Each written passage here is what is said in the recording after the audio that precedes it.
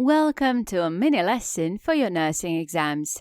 See more tips below in the comments. Also, add your thoughts or useful tips below in the comment section. Now, let's get started. What are seizures?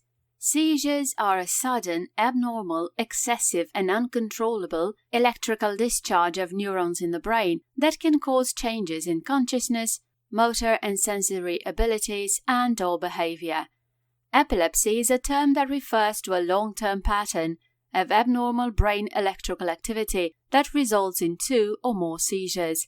Epilepsy does not include seizures caused by reasons such as substance withdrawal or fever. Generalized, partial, and unclassified seizures are the 3 basic categories used by the International Classification of Epileptic Seizures to define seizures. Well, that ends this mini lesson. If you like to review this entire lesson, check out the video listed here. Thanks for watching.